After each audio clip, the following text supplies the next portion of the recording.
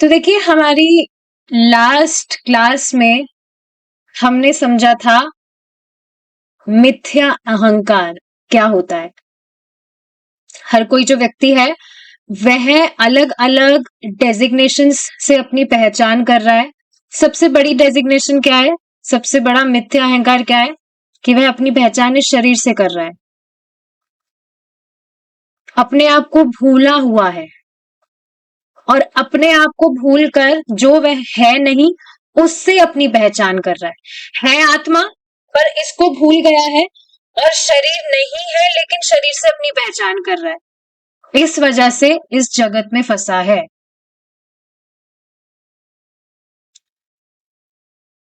ठीक है, देखेंगे अब हम आगे।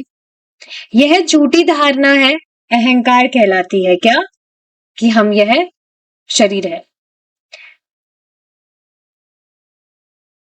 हमारा ज्ञान रहित जीवन इसी झूठी पहचान से शुरू होता है। यह सोचना कि मैं पदार्थ हूं, जबकि मैं प्रतिदिन प्रतिक्षण देखता हूं कि मैं पदार्थ नहीं हूं। आत्मा सदा रहने वाला अविनाशी है, जबकि पदार्थ परिवर्तनशील है। हमारा जो शरीर है, आप देखेंगे हर क्षण परिवर्तित हो रहा है। जो आप सुबह थे, सुबह उठकर आपने जो अपना 16 माला का जप किया, वो आप अब नहीं है। Is it not? नहीं है। हर क्षण ये जो शरीर है ये परिवर्तित हो रहा है। यह झूठी धारणा है, अहंकार कहलाती है। और मुक्ति का अर्थ है इस मिथ्या अहंकार से छुटकारा पाना। बहुत इंटरेस्टिंग चीज आज प्रभुपाद जी बताएंगे। वह कौन सी स्थिति है? अहम ब्रह्मास्मि, मैं ब्रह्म हूं, मैं आत्मा हूं। वही मुक्ति का प्रारंभिक चरण है। देखिए, ये जानना कि मैं आत्मा हूं सिर्फ यही पर्याप्त नहीं है मुक्ति के लिए। ये चीज प्रभुपाद जी समझाएंगे आज। देखिए, हो सकता है कि कोई व्याधि ग्रस्त हो, ज्वर से पीड़ित हो, उसको बुखार हो और उसका तापमान सामान्य 98.6 डिग्री पर उतर सकता है, तब वह सामान्य है। अब जैसे कोई व्यक्ति है, उसको बुखार वगैरह है, उसका टेम्परेचर बहुत हाई है, लेकिन हाई से थोड़ा कम हुआ तब वह सामान्य है, पर यह उसके रोग का निवारण नहीं है। आप सोचिए, कोई व्यक्ति अगर बुखार से पीड़ित है और उसका टेम्परेचर अगर थोड़ा कम होता है, तो इसका अर्थ ये नहीं है कि उसके रोग का निवारण हो गया, बस कुछ टेम्परेचर कम हुआ है।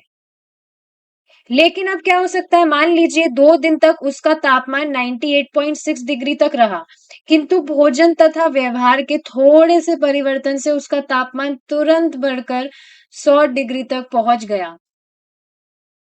होता ही है ऐसा। आप देखेंगे, जब हम बुखार होता है हमें, तो हमें फास्टिंग करने को कहा जाता है।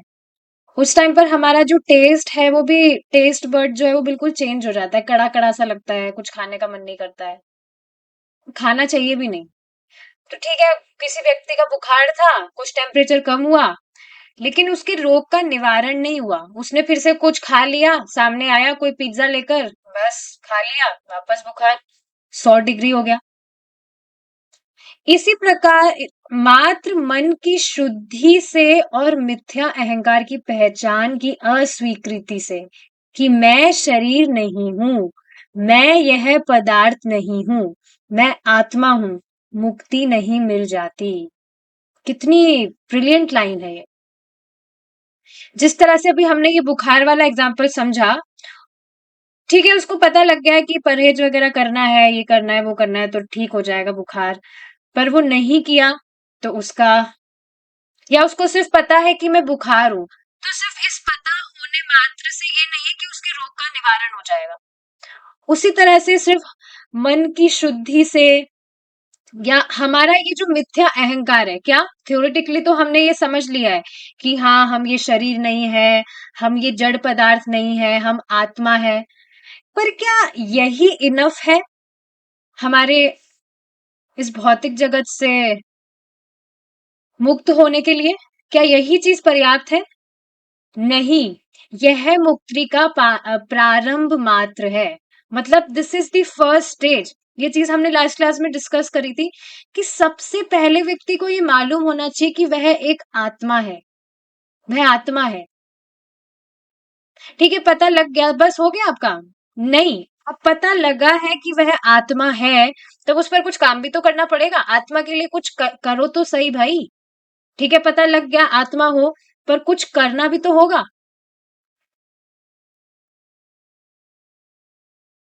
हमने सुना शास्त्रों से। देखिए, ये चीज ऐसी नहीं है कि हमको पहले हमने कभी सुना नहीं होगा कि हम आत्मा है, हम शरीर नहीं है, पर आत्मा के लिए क्या कभी कुछ किया? कुछ नहीं किया तो फिर कुछ ट्रांसफॉर्मेशंस भी नहीं आए। इसी पर एक बार किसी व्यक्ति से मेरा डिस्कशन चल रहा था, तो माता जी थी वो, तो वो कह रही थी कि मतलब ये लाइफ का पर्पस क्या है, ये क्या है। So I was just telling her that I have got the ultimate purpose of my life and I am working on it. तो कह रही थी कि जो लोग हैं उनकी तो पूरी पूरी उम्र निकल जाती है अपने लाइफ का पर्पस ढूंढने में, और तुम्हें इतनी जल्दी मिल गया। तो ठीक है, शी वॉज अमेज्ड, लेकिन बाद में तुरंत क्या कहती हूँ, लेकिन अब तुम्हारी लाइफ बोरिंग नहीं हो गई? तुम्हें इतनी जल्दी तुम्हारा लाइफ का पर्पस मिल गया, तुम कुछ एक्सपीरियंस नहीं कर पाई? तो देखिए, ये चीज नहीं समझ रही थी वो कि लाइफ का पर्पस तो मिल गया, लेकिन अभी लाइफ के पर्पस को अचीव नहीं किया है। It is a long long journey, भी बहुत दूर है उसको। गंतव्य मालूम चल गया, जैसे ठीक है तुमको मालूम चल गया, साधारण सा एग्जांपल है कि तुमको बड़े होकर कुछ बनना है, आईएएस बनना है, ये बनना है, वो बनना है, पर अभी बने तो नहीं हो ना, उसको बनने के लिए तुम्हें पढ़ाई करनी होगी, परिश्रम करना होगा।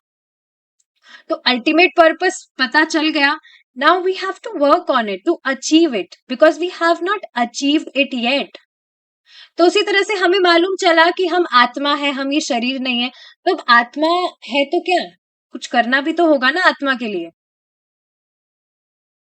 यदि आप इस बात पर दृढ़ रहे और जैसे आप 98.6 डिग्री के तापमान को बनाए रखने की दृष्टि से अपने कार्य करते हैं, वैसे ही आप काम करते रहे तो आप स्वस्थ व्यक्ति है।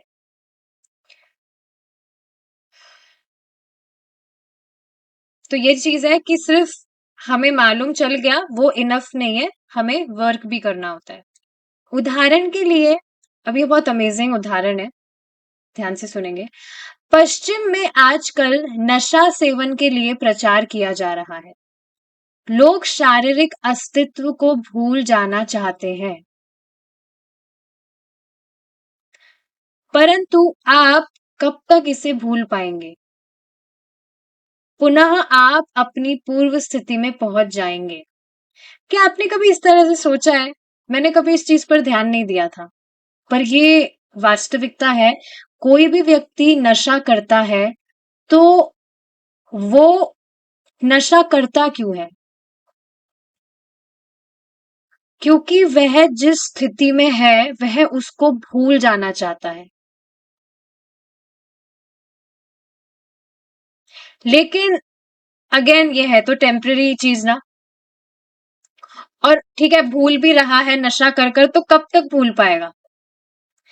जैसे आप देखेंगे कोई व्यक्ति शराबी होता है, शराब पीता है, तो वो ठीक है जब तक नशे में है तब तक है। जैसे ही अपनी नॉर्मल कॉन्शियसनेस में आएगा तो फिर से उसको वैसे ही बिहेव करना होगा जैसे वो पहले कर रहा था, सारी चीजें पहले जैसी करनी होगी। तो पुनः आप अपनी पूर्व स्थिति में पहुंच जाएंगे। आप नशा सेवन से घंटे दो घंटे के लिए भूल सकते हैं कि मैं यह शरीर नहीं हूं, परंतु जब तक आप वास्तव में अपने आप को ज्ञान द्वारा समझने के स्तर पर नहीं है, तब तक इस भावना को स्थिर रखना संभव नहीं है। मतलब सिर्फ कुछ समय के लिए व्यक्ति भूल जाना चाहता है कि वह ये शरीर नहीं है, तो उससे कुछ भी तो नहीं होगा, क्योंकि वो परमानेंट सोल्यूशन तो नहीं हुआ। बस कुछ टाइम के लिए वो भूल गया और फिर वापस अपनी नॉर्मल कॉन्शियसनेस में आ जाएगा। फिर भी हर व्यक्ति यह सोचने का प्रयत्न कर रहा है, मैं यह शरीर नहीं हूँ। उन्हें यह अनुभव है कि वह स्वयं को शरीर मानने के कारण इतना दुख उठा रहे हैं, इसलिए सोचते हैं कि काश मैं स्वयं को शरीर मानना भूल सकता। ये कितनी ब्रिलियंट लाइन है, मैंने ऐसा कभी इस तरह से सोचा भी नहीं था। आपने कभी इस तरह से सोचा है कि कोई व्यक्ति जो है, वो ठीक है, नशा कर रहा है, अपना जो प्रेजेंट मूवमेंट जिसमें भी है, उसको भूलने के लिए।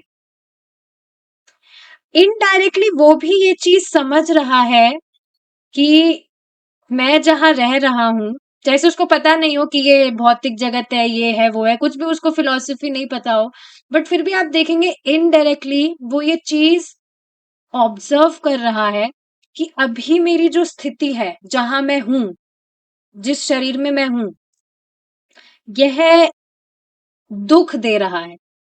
और उस दुख से छुटकारा पाने के लिए जो सल्यूशन है, टेम्पररी सल्यूशन, वो सोचता है कि मैं नशा कर लूं ताकि मैं मेरा आसपास का जो माहौल है मैं उसको भूल जाऊं, आई मे जस्ट गो हाई। तो आप देख रहे हैं इनडायरेक्टली वो एक जो नशा करने वाला, वो जो शराबी है, वो भी ये चीज जान पा रहा है कि वह मतलब आसपास जो भी चीज, जो भी वातावरण है या जो उसका जो शरीर है, वो उसे कष्ट दे रहा है। कष्ट मतलब जो भी स्ट्रेस वगैरह होते हैं, झगड़े वगैरह होते हैं उसके कारण। तो ये बहुत ही ब्रिलियंट लाइन मुझे लगी थी, मैंने कभी इस तरह से सोचा नहीं था कि इनडायरेक्टली जो व्यक्ति नशा कर रहा है वो भी इनडायरेक्टली यही सोच रहा है कि आसपास का वो माहौल बिल्कुल भूल जाए, बिल्कुल एक अलग दुनिया में वो चला जाए जहां पर दुख उसे स्पर्श भी ना कर सके।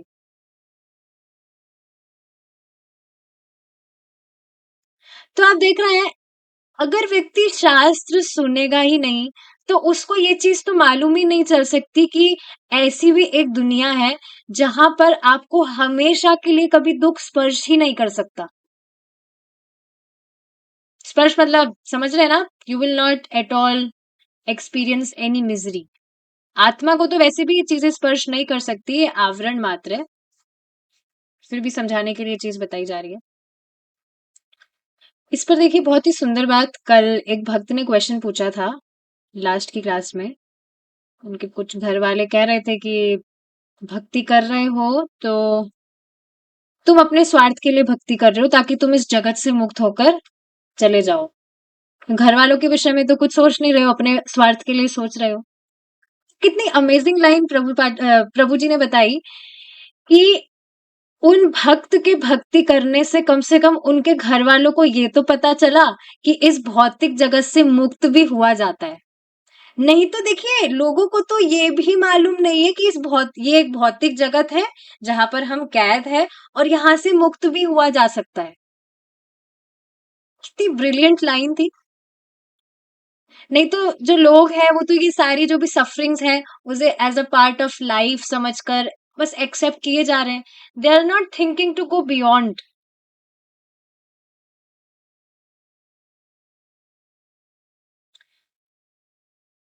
तो देखिए, जैसे डायरेक्टली समझे या इनडायरेक्टली समझे, हर कोई जो व्यक्ति है वो ये चीज तो जान रहा है कि दुख है और दुख की निवृत्ति ही वह चाहता है।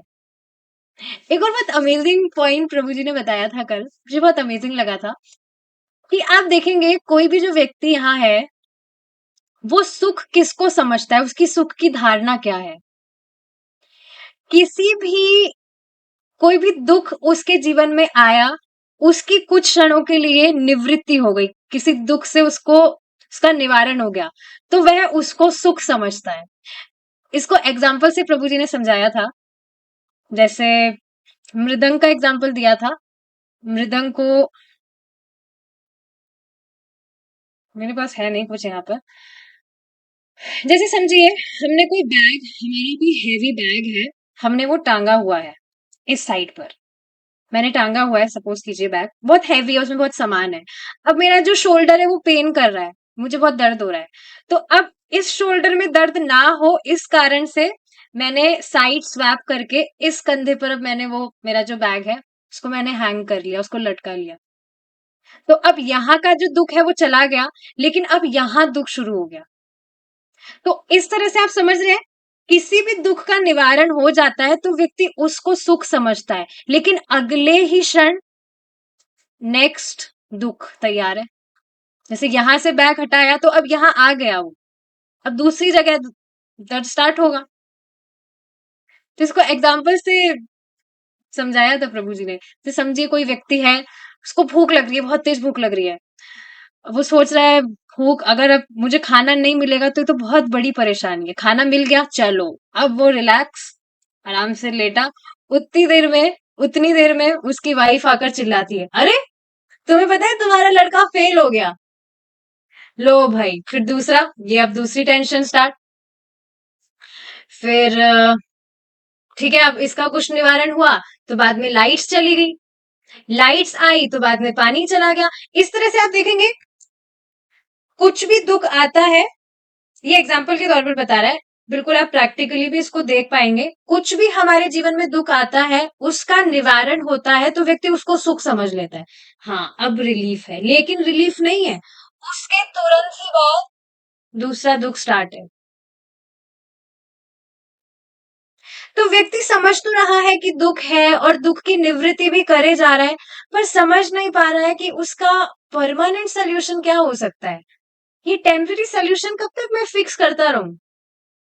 जैसे एक दीवार है, जैसे होता है ना, आपने कभी देखा हो, तो सामान्यतः भी समझ जाएंगे। जैसे बारिश आती है तो जैसे जो कच्चे घर होते हैं ऊपर, समझिए जैसे जो छत है उसमें छेद हो रहे हैं, तो पानी निकलता रहता है, बारिश आती है तो अब एक छेद फिक्स किया तो दूसरे छेद से पानी स्टार्ट आना शुरू हो गया, पानी आना शुरू हो गया।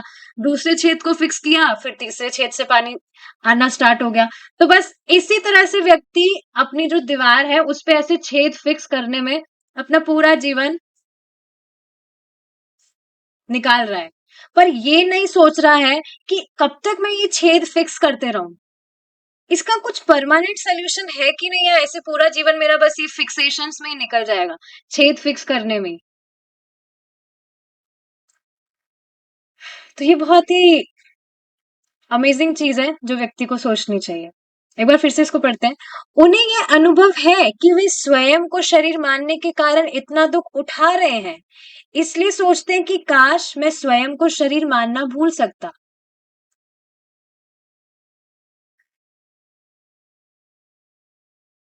लेकिन आप देखेंगे, ठीक है, व्यक्ति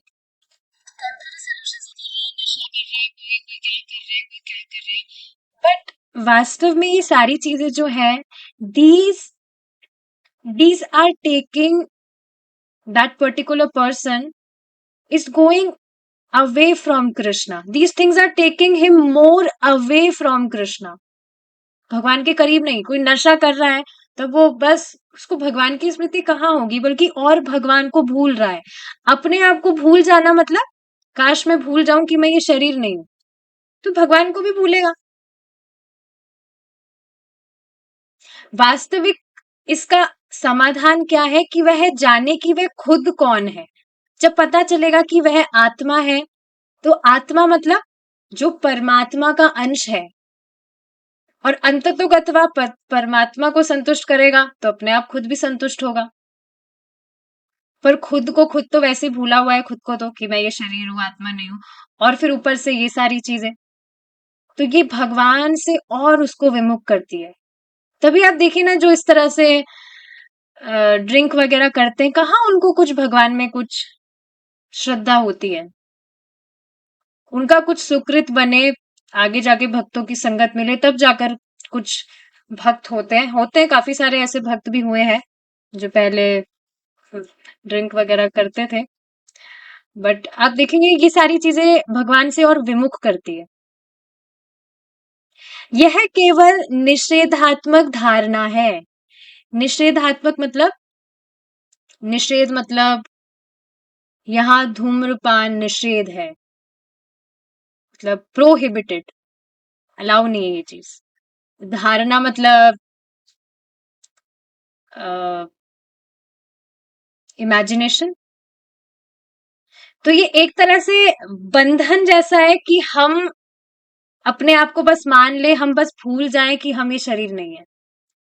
निषेधात्मक धारणा है।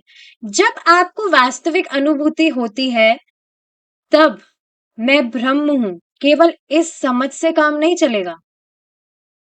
आपको ब्रह्म के कार्यों में संलग्न होना पड़ेगा। ब्रह्म मतलब आत्मा। तो ठीक है, ये पता चल गया, लेकिन सिर्फ इससे ही काम नहीं चलेगा। हाँ, पता लग गया मैं ब्रह्म हूं बस। आपको ब्रह्म के कार्यों में संलग्न होना पड़ेगा, अन्यथा आपका पतन हो जाएगा।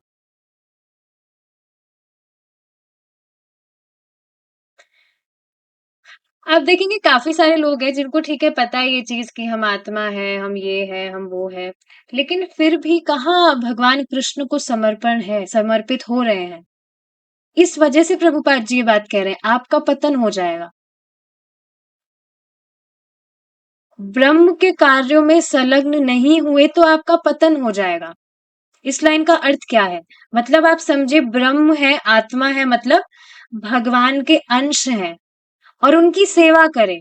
लेकिन ऐसा नहीं करेंगे, ये मायावादी, कायावादी, छायावादियों में पड़े रहेंगे। बहुत ऊंची उड़ान उड़ना ही चंद्रमा पर पहुंचने की समस्या का हल नहीं है। आजकल मूर्ख लोग चंद्रमा तक पहुंचने की कोशिश कर रहे हैं, किंतु वे केवल केवल जमीन से 2,40,000 मील ऊपर जाकर चंद्रमा को छूकर फिर वापस लौट आते हैं। उन्हें बड़ा गर्व है इस पर। देखिए, एक बात बताइए, कोई व्यक्ति अगर चंद्रमा पर गया, वहां पर से क्या लेकर आया, वो ठीक है कोई पत्थर ले आया वहां से, तो आप देखेंगे कितना उसको यहाँ पर उसकी तारीफ होती है कि अरे वाह, इतना बड़ा काम करके आए, चंद्रमा से पत्थर लेकर आए। लेकिन अब वो चंद्रमा का पत्थर अगर आप किसी गांव की माता जी के पास भी लेकर जाएंगे, तो वो भी बहुत जोर से हंसेगी उस व्यक्ति पर। पत्थर, इसका मैं क्या करूं, सूप बनाऊं इसका, क्या काम का है वो पत्थर, आप खुद बताइए। ये कुछ भी है तो मैंने एक एग्जाम्पल के तौर पर बताया है।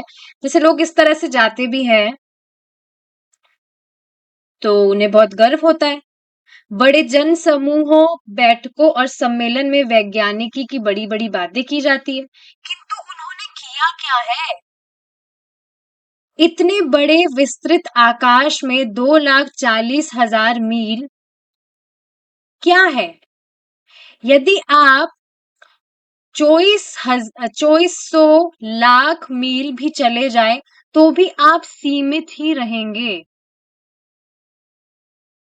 आपका ये जो जन्म में आप जिसमें घूमे जा रहे हैं, उसमें थोड़ा सा भी पोज नहीं आएगा।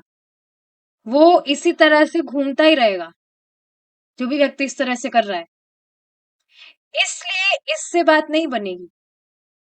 यदि आप आकाश में ऊंचे जाना चाहते हैं, तो वहां कोई स्थायी स्थान होना चाहिए, ताकि वहां आप विश्राम कर सकें और नीचे ना गिर पड़े। किंतु यदि आपको आश्रय नहीं मिलेगा, तो आपको नीचे गिरना पड़ेगा। ये चीज आप समझ रहे हैं? प्रभुपाद जी यहाँ पर क्या बताने का प्रयास कर रहे हैं कि आप देखेंगे, हम आत्मा है, और हमारे एकमात्र जो आश्रय है वह भगवान श्री कृष्ण है, और कोई और ऑप्शन ही नहीं है जीवात्मा के पास में। अगर वह भगवान का आश्रय नहीं लेगा, तो वह नीचे, उसे नीचे गिरना ही पड़ेगा। There is no any other option.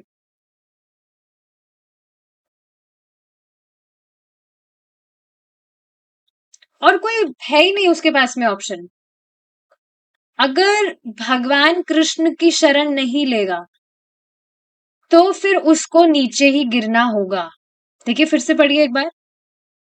यदि आप आकाश में ऊंचे जाना चाहते हैं, तो वहां कोई स्थायी स्थान होना चाहिए, ताकि वहां आप विश्राम कर सके और नीचे गिर पड़े, और नीचे ना गिर पड़े।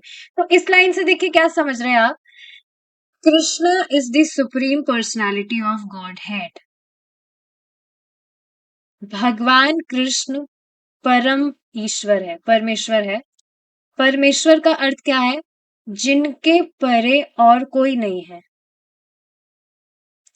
और कोई ऐसा व्यक्ति जिसका सर्व सामर्थ्य है, अगर व्यक्ति उसकी शरण लेता है तो उसका नीचे गिरने का कोई स्कोप ही नहीं है। लेकिन अगर किसी ऐसे व्यक्ति की वह शरण लेता है जो खुद ही मतलब उसका कुछ सामर्थ्य नहीं है, उसको खुद को प्रोटेक्शन की जरूरत है, तो फिर वो हमारा कैसे प्रोटेक्शन कर सकता है?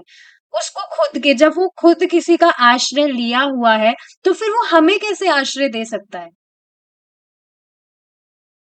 समझ रहे आप इस चीज को? भगवान कृष्ण को समर्पित ना करके व्यक्ति किस किस को समर्पित हुआ है, परंतु तो गत्वा उसको मिलता क्या है, क्या प्राप्त होता है? निराशा। क्योंकि किसी भी व्यक्ति का हम आश्रय ले रहे हैं तो कोई भी तो सर्व सामर्थ्य नहीं है, क्योंकि भगवान कृष्ण तो एक है, god is one. So that's why there is no other way. अगर भगवान कृष्ण की का आश्रय व्यक्ति नहीं लेता है तो फिर नीचे गिरना पड़ेगा, उसको नीचे गिरना ही पड़ेगा। वायुयान आकाश में पृथ्वी से 7 या 8 मील ऊपर चला जाता है, किंतु वह तुरंत नीचे आ जाता है। इसलिए केवल अहंकार को समझना अपनी मिथ्या पहचान को समझने से ज्यादा अर्थ नहीं रखता है कि हाँ, जान लिया हम ये शरीर नहीं है और हम आत्मा है, सिर्फ इससे काम नहीं चलेगा। केवल यह समझना कि मैं पदार्थ नहीं हूँ, आत्मा हूँ, पूर्णता नहीं है। निराकारवादी और शून्यवादी दार्शनिक केवल निषेधात्मक ढंग से सोचते हैं कि मैं यह पदार्थ नहीं हूं, मैं यह शरीर नहीं हूं, यह अधिक देर तक नहीं टिक सकता। आपको ना केवल यह समझना है कि आप पदार्थ नहीं है, बल्कि आपको स्वयं को आध्यात्मिक जगत में संलग्न करना पड़ेगा।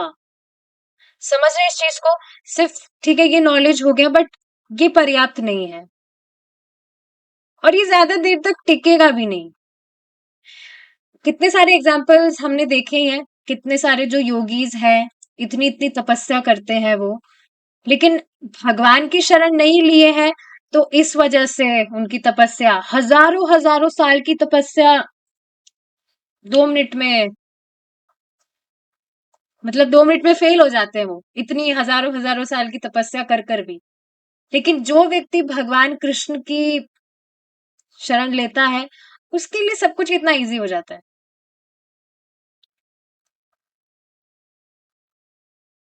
इस चीज को और अच्छे से कल प्रभु जी ने समझाया था,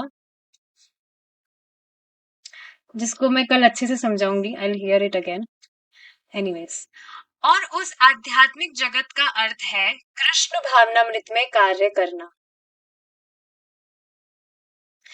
वह आध्यात्मिक जगत अर्थात वास्तविक जीवन का कार्य ही कृष्ण भावनामृत है। मैं मिथ्या अहंकार को पहले ही समझा चुका हूं। समझा चुके हैं ना? सबको पता है अब? यह ना तो पदार्थ है और ना ही आत्मा, बल्कि दोनों का संधि स्थल है, जहां आत्मा पदार्थ के संपर्क में आता है और अपने आप को भूल जाता है। हमने ये एग्जाम्पल से समझा था, जैसे एक पानी का ग्लास है, उसमें हम एक ड्रॉप डालते हैं पेंट की, तो वो जो ट्रांसफॉर्मेशन है, दैट इज अहंकार, मिथ्या अहंकार।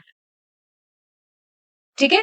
तो आत्मा जब भौतिक पदार्थ के संपर्क में आती है तो उसमें ट्रांसफॉर्मेशन होता है, और जो मतलब आत्मा मतलब हम खुद, और हम भूल कर अपनी पहचान भूल गए कि हम आत्मा है, और हम अपनी पहचान इस शरीर से करने लगते हैं, हम भूल जाते हैं। तो ये जो ट्रांसफॉर्मेशन है, ये मिथ्या अहंकार है। यह वैसे ही है जैसे सन्निपात का रोगी, सन्निपात एक डिजीज है, टाइफस बोलते हैं इसको इंग्लिश में। किंकर किंकर्तव्य किंकर्तव्य विमूढ़ हो जाता है और धीरे धीरे वह अपने आप को भूल जाता है।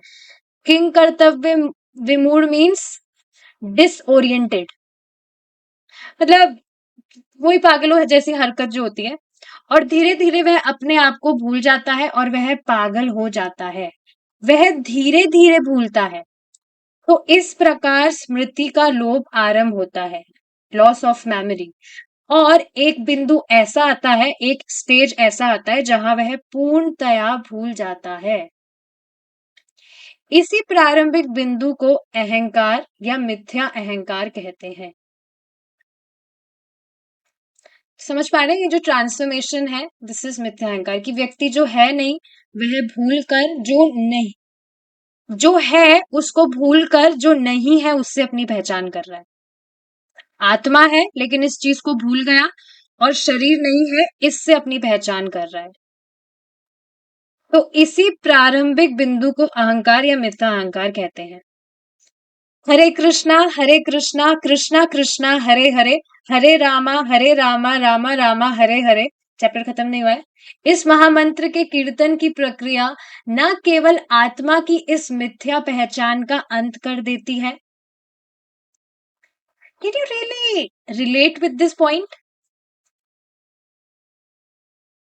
The holy names that we are chanting, क्या हमारी जो मिथ्या पहचान है जो हम पहले करते थे, क्या आप देख रहे हैं अंत नहीं तो क्या ये कम होता हुआ आप देख रहे हैं?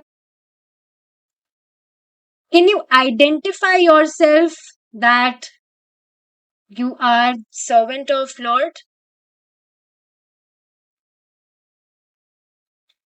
Is it not? ऐसा होता ही है। तो ये बहुत अमेजिंग चीज है कि इस महामंत्र के कीर्तन की प्रक्रिया ना केवल आत्मा की इस मिथ्या पहचान का अंत कर देती है, अपितु यह इससे भी आगे जाती है। देखिए इसका परिमाण क्या है, प्रूफ क्या है इस चीज का कि हमारी जो मिथ्या पहचान है उसका अंत हो रहा है। We are not at all wasting our time in unnecessary whatever, जो भी डेकोरेशन लोग करते हैं अपने इस देह का, we are not wasting our time in these things. Is it not? मैं तो पता नहीं बोल देती हूँ, वैसे भी यहाँ तो सब भक्त है। मैं तो किसी माता जी को अगर देख लेती हूँ इस तरह से मेकअप लगाई हुई है या लिपस्टिक लगाई हुई, मुझे सच में जोकर लगती है। इवन तो I was also doing all these things before when I was not Krishna conscious, but अब देख रहे हैं चित्त का कैसे परिवर्तन, जब परिवर्तन होता है, जब चित्त शुद्ध होता है, तो कैसे चीजों को देखने का जो परसेप्शन है वही बिल्कुल चेंज होने लगता है। जिन चीजों में हम पहले बहुत एनग्रॉस्ड रहते थे, अब उसको हम बिल्कुल हे बुद्धि से देखते हैं कि अरे क्या है, बिल्कुल खराब। तो ये सब चैंटिंग का मैजिक है। तो ये जो मिथ्या पहचान है इसका तो अंत कर ही देती है, अपितु यह इससे भी आगे जाती है। यह उस बिंदु तक पहुंचाती है जहां शुद्ध आत्मा अपने सनातन आनंद में तथा ज्ञान से परिपूर्ण, मतलब सच्चिदानंद भगवान की प्रेममयी सेवा के कार्यों में संलग्न होता है। तो ठीक है, जो ये मिथ्या अहंकार है इसका तो नाश होता ही है, साथ ही हमारा जो भगवान कृष्ण के लिए प्रेम है वह जागृत होने लगता है, जो कि आप खुद इसी जीवन में देख ही रहे हैं। कहीं आपको दूर जाने की जरूरत नहीं है। ऐसा नहीं है जब हम पहुंचेंगे भगवान के पास तब हम भगवान से प्रेम करना सीखेंगे। You can write now also practically experience this thing, that अब पहले, मतलब पता नहीं पहले था या नहीं, पर अब जो भगवान कृष्ण के प्रति जो अट्रैक्शन है, जो सेवा भाव है, वो बढ़ रहा है, हर दिन बढ़ ही रहा है। तो ये चीज है, यह चेतना के विकास का शिखर है। यह चेतना के विकास का शिखर है और वर्तमान में भौतिक प्रकृति के विभिन्न योनियों के चक्कर में भ्रमण द्वारा विकास करते हुए जीवात्माओं का अंतिम लक्ष्य है। तो हमारी जो कॉन्शियसनेस है, देखिए कहा तो जाता है कि जो ह्यूमन बीइंग्स है उनकी कॉन्शियसनेस एलिवेटेड है, ठीक बात भी है, क्योंकि जो मनुष्य है वह वही ही भगवान की भक्ति कर सकता है। लेकिन वास्तव में जब व्यक्ति इस भक्ति पथ पर आता है, तब उसकी चेतना का विकास होना प्रारंभ होता है। क्यों? क्योंकि आफ्टर ऑल ठीक है, मनुष्य थे, मनुष्य के देह में हमने जन्म भी लिया, लेकिन कर तो एनिमलिस्टिक चीजें ही रहे थे। तो वास्तव में भक्ति करने से ही चेतना शुद्ध होती है। विकास होने का मतलब शुद्ध होती है। और वर्तमान में भौतिक प्रकृति की विभिन्न योनियों के चक्कर में भ्रमण द्वारा विकास करते हुए जीवात्माओं का अंतिम लक्ष्य है। ठीक है, सो फ्रॉम दिस हमारा जो 5th चैप्टर है इस बुक का वो यहाँ पर कंप्लीट होता है। We will stop here now. I'll see if there are any questions. देखिए ये बात सही है कि जो भी ये कॉस्मेटिक्स आइटम्स वगैरह होते हैं, लिपस्टिक वगैरह, ये अपवित्र होती है। लेकिन देखिए ये चीज अगेन जब हम सुनते हैं तभी पता लगती है। एक चीज देखिए समझने वाली है, ये क्वेश्चन मुझे भी काफी डिवोटीज ने पूछा है कि ठीक है, जो डिवोटीज हैं they don't put all these makeup and all, but हम देखते हैं कुछ जो डिवोटीज हैं वो भी मेकअप वगैरह लगाते हैं। तो देखिए ये सब अगेन जो चेतना है, देखिए हर कोई व्यक्ति जो भक्ति कर रहा है वो अलग अलग स्तर पर है। और ये बात देखिए हमें सोचना चाहिए, समझने वाली है कि अभी हम डिवोटी हुए नहीं है। We are trying to become a devotee, we are on this process. तो हमारी जो कॉन्शियसनेस है जैसे जैसे प्योर होती जाती है, तो अपने आप ही आप देखेंगे कुछ डिवोटीज ऐसे हैं, उनके घर वाले अगर उनको फोर्स करें कि तुम लगाओ तो उनके लिए एकदम टॉर्चरिस्ट होता है। पर कुछ है जो यूज कर भी रहे हैं। तो ये अगेन जो कॉन्शियसनेस है उसी का ही भेद है। जैसे जैसे व्यक्ति की कॉन्शियसनेस प्योर होने लगती है तो उसको समझ में आने लगता है कि इसका तो भगवान भगवान से तो कुछ भी रिलेशन नहीं है, तो इसको करना ही क्यों है। तो हर व्यक्ति अलग अलग स्तर पर है, ये चीज समझने वाली है। बस इस पर तो मैं ज्यादा कुछ नहीं कहना चाहूंगी, ये बात है जो समझने वाली है। ठीक है, now we will stop here. Srila Prabhupada की जय, निताई गौर प्रेमानंदे, हरि बोल। We will meet in our next class if Krishna's willing. Hare Krishna.